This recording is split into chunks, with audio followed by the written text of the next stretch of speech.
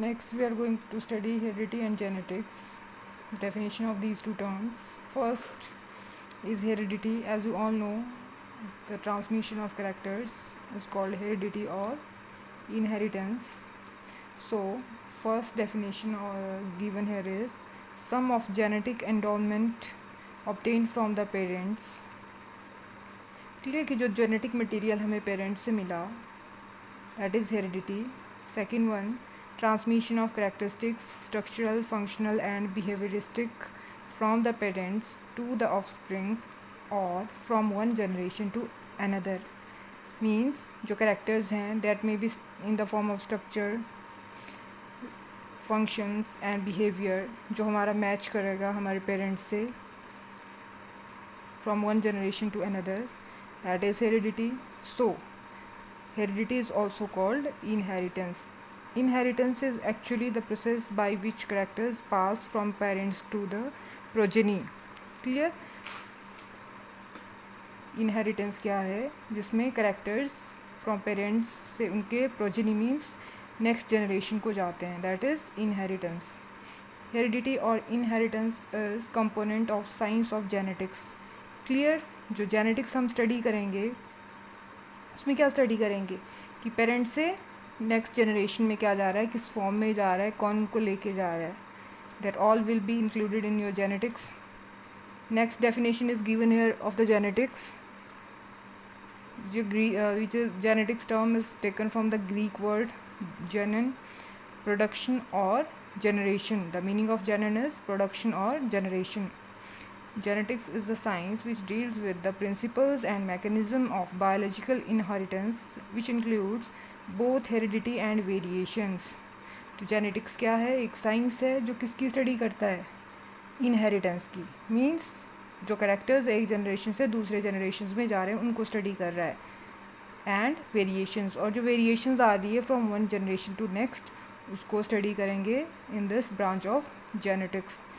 So next is given the scientist name who has coined the term genetics, and that is Watson in 1906. And the next is father of genetics. As you all know, Gregor John Mendel is the father of genetics. Due to the principles given by him, he is called as the father of genetics. Here we complete a little introduction about this chapter. Next, our main topic is pre-Mendelian concepts of heredity. Means before Mendel, जो concepts Mendel से पहले वाले scientist ने दिए, scientist prior to Mendel, that concepts are called pre-Mendelian concepts. These are also called theories of blending inheritance. Why blending? They believe in mixing. Means the scientists of that time believed that the parents' characters got mixed into their offsprings. So that's why the pre-Mendelian concepts are called theories of blending inheritance. Clear? So first theory was moist vapor theory, and this theory was given by Pythagoras. Proposed that every part of the organisms emits some kind of moist vapor. According to Pythagoras, जो Pythagoras scientist थे उन्होंने क्या बोला कि जो organism है उसका हर एक पार्ट वेपर एमिट करता है, वेपर्स, और वो किस फॉर्म में? मॉइस्ट फॉर्म में. This vapours from all parts get aggregated to form different organs of the offspring. और वो जैसे किडनी है मान लो, उसके वेपर्स क्या हुए? इकट्ठे हुए, वो द फॉर्म हुए, वो ऑफस्प्रिंग में किडनीज बनाएंगे. लाइक हार्ट से वेपराइज हुए मॉइस्ट फॉर्म में, वो नेक्स्ट उसमें हार्ट बनाएंगे. But this theory was neglected. As now you all know how reproduction takes place in organisms. This theory was rejected. Next is fluid theory, which was given by Empedocles, and he thought that every part of the body produces a fluid. First Pythagoras ने बोला कि vapour emit कर रहा है हर एक part, और next fluid. As you all know the meaning of fluid, कि वो फ्लूइड रिलीज कर रहा है. The fluids from different parts of the two parents mix up during the formation of offspring. तो क्या बोल रहे हैं, जब टू पेरेंट्स के डिफरेंट पार्ट्स ने फ्लूइड्स बनाए, वो मिक्स होकर उन्होंने नेक्स्ट ऑफस्प्रिंग बनाया। A defect in this transfer and mixing result in the formation of defective organs. अगर ड्यूरिंग मिक्सिंग उसमें कुछ डिफेक्ट्स आ जाते हैं तो उससे क्या होगा, जो न्यू इंडिविजुअल बनेगा उसमें डिफेक्टिव ऑर्गन्स आएंगे। But now as you all know these defects are due to genetic variations. Next theory is reproductive blood theory, which was given by Aristotle. And Aristotle thought that an embryo is produced due to mixing of reproductive bloods of the two parents. Clear? As the name of the theory is reproductive blood. तो Aristotle ने क्या बोला कि वहाँ पे reproductive blood produce करेंगे two parents. It is pure in case of male and impure in case of female. As a result male contributes more characteristics. और क्या बोला उन्होंने, that is pure in case male and impure in case of female. So male contributes more characters. But now as you all know there are chromosomes. So these theories are before Mendel's theories of inheritance. They now are rejected. Next one is the perforation theory.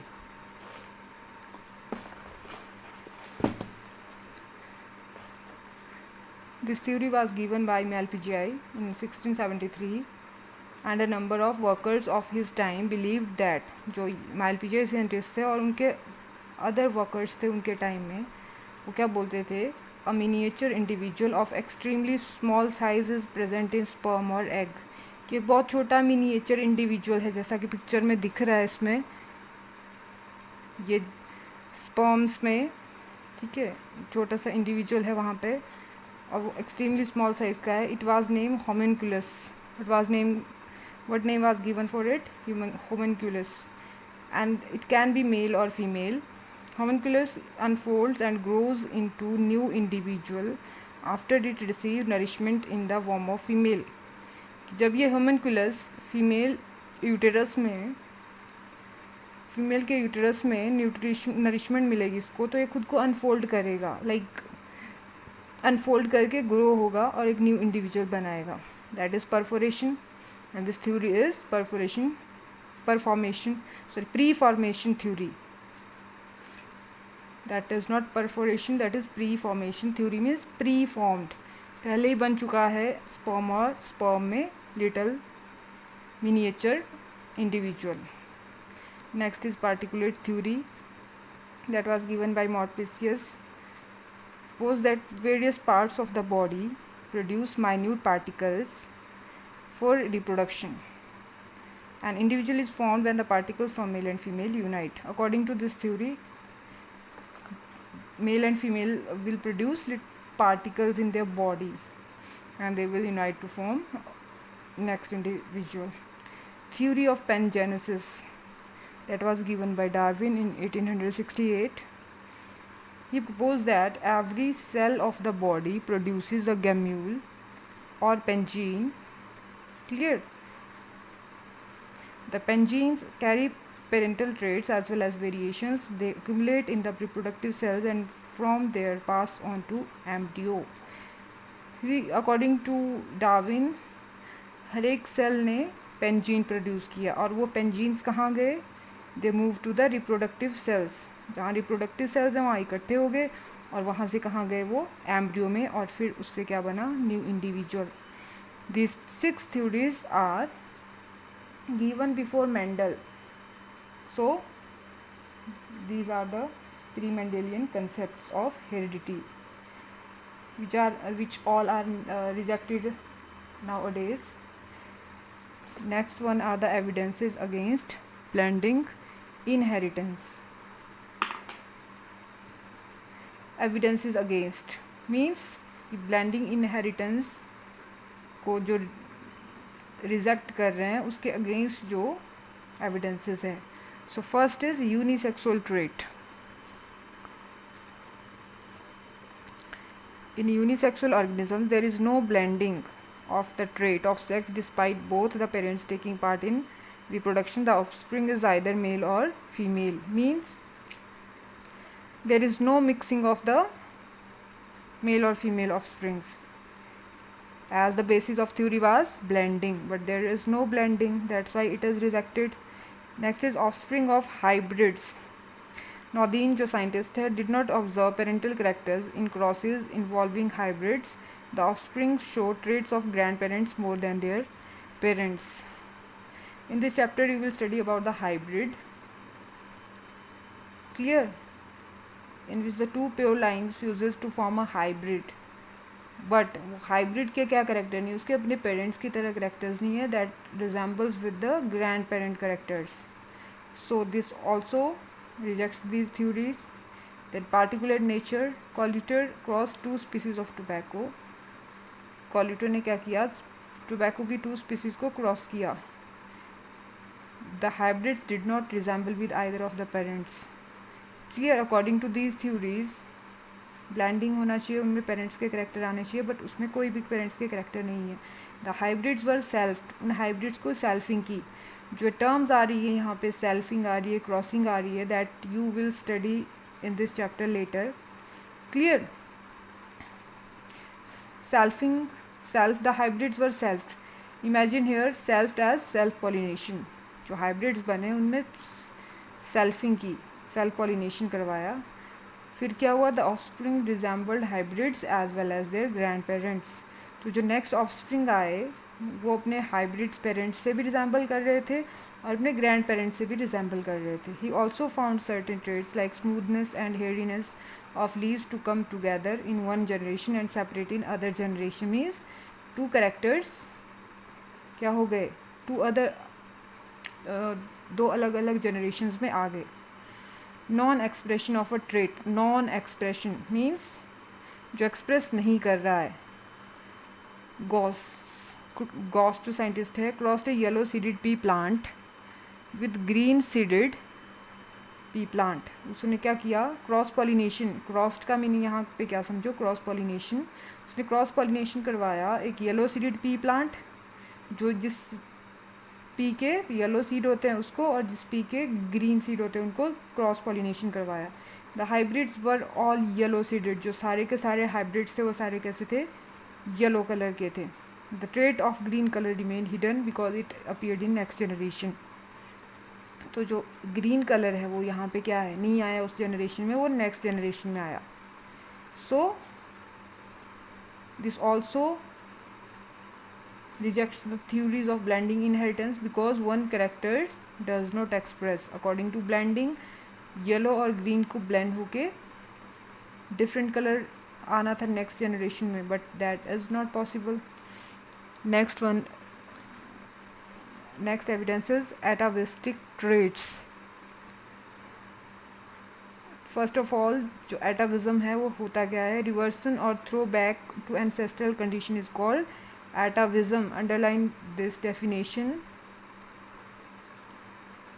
जो ancestors के characters आ जाते हैं next generations में, that is called atavism. Like किसी एक child में tail आ जाता है, tail का आना, that is atavism. Because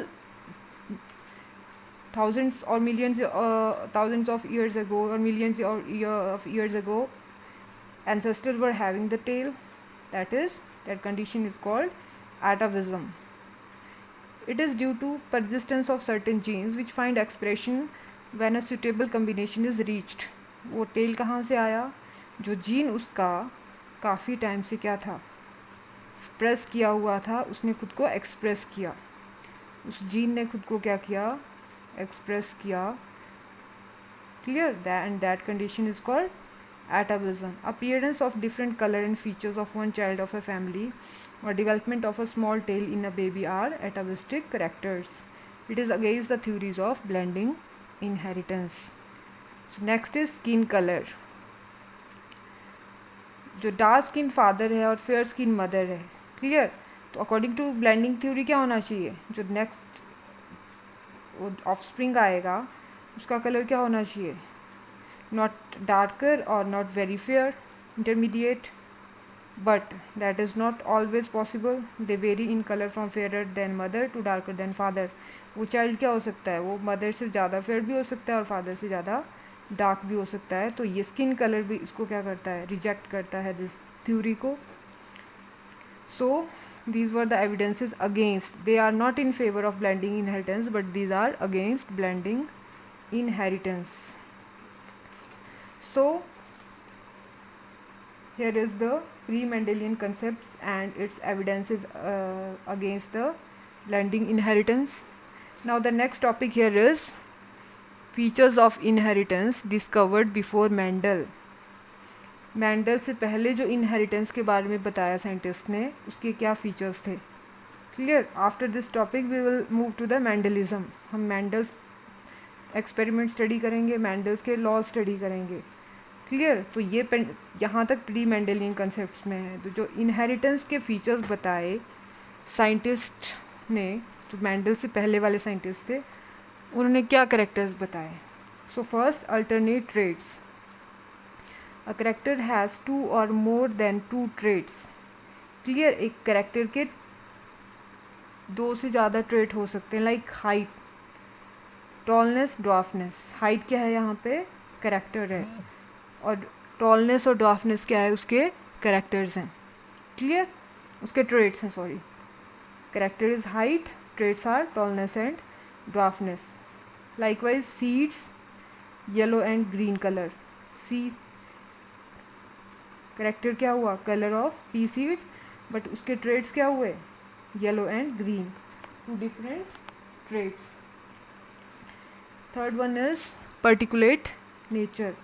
Each trait is represented by a distinct particulate entity. It does not blend, degenerate or disappear. Clear. जो trait है वो ना तो ब्लेंड हो सकता है, मिक्स हो सकता है, ना डीजनरेट हो सकता है, ना डिसअपियर हो सकता है. लाइक जो क्रोमोसोम्स हैं, उस टाइम में क्रोमोसोम्स की डिस्कवरी नहीं हुई थी जिस टाइम के ये साइंटिस्ट ने बोला है. क्लियर. तो क्रोमोसोम्स का तो पता है ना, तो क्रोमोसोम्स का जो 46 नंबर है क्रोमोसोम्स का, वही आगे जाएगा. 23 पेयर्स ऑफ क्रोमोसोम्स. 23 पेयर्स से अगर 24 पेयर्स हो गए, then there will be genetic disorders. Clear. यहाँ पे क्या बोला उन्होंने, वो ब्लेंडिंग क्यों नहीं है, due to the set of chromosomes. Then next is expressibility. Despite receiving different traits from two parents, only one trait is expressed in the offspring. Clear. Two traits आ रहे हैं टू डिफरेंट पेरेंट्स से. एक fair skin है, एक darker skin है, but जो next generation आएगी वो मिक्सचर नहीं होगा उनका, कि उसमें क्या है, डार्क और फेयर कलर दोनों आ गए. उसमें क्या होगा, एक ही ट्रेट आएगा. क्लियर. एक्सप्रेसिबिलिटी में आपने स्टडी किया हुआ है, एक डोमिनेंट करेक्टर, एक रिसेसिव करेक्टर. जो खुद को डोमिनेट करेगा वो करेक्टर एक्सप्रेस हो जाएगा. लाइक यहाँ पे टॉलनेस और ड्वार्फनेस है. अगर टॉलनेस यहाँ पे डोमिनेंट करेक्टर है. क्लियर. तो ये खुद को एक्सप्रेस करेगा. क्लियर.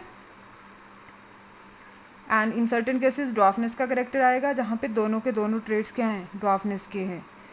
क्लियर. अगर टॉलनेस ड्वार्फनेस दोनों ट्रेड्स हैं, उसमें टॉलनेस खुद को एक्सप्रेस कर रहा है. अगर दोनों ट्रेड्स ही ड्वार्फनेस के हैं तो वो ड्वार्फ रहेगा हाइट में. Clear. So it is expressibility. And then last one is the reappearance. Traits में remain hidden for several generation and then reappear. Clear. जो ट्रेड्स हैं, लाइक कलर, 2 to 3 जनरेशन तक पी सीड्स का colour yellow है, but 4th generation ऐसी है जिसमें colour green है. मीन्स वो रीअपियर हुआ ग्रीन कलर. वैसे तो ग्रीन कलर क्या है, that is recessive. Dominant is yellow, but जब इसको एक्सप्रेस करना है तो दोनों ट्रेड्स जब ग्रीन के आ गए तो वो उसको एक्सप्रेस किया. आफ्टर 3 जनरेशन, जब 4th जनरेशन आया तो खुद को रीअपियर करेगा ये character. So this is all about the pre Mendelism or pre-Mendelian concepts of heredity. Next topic will be of the Mendelism.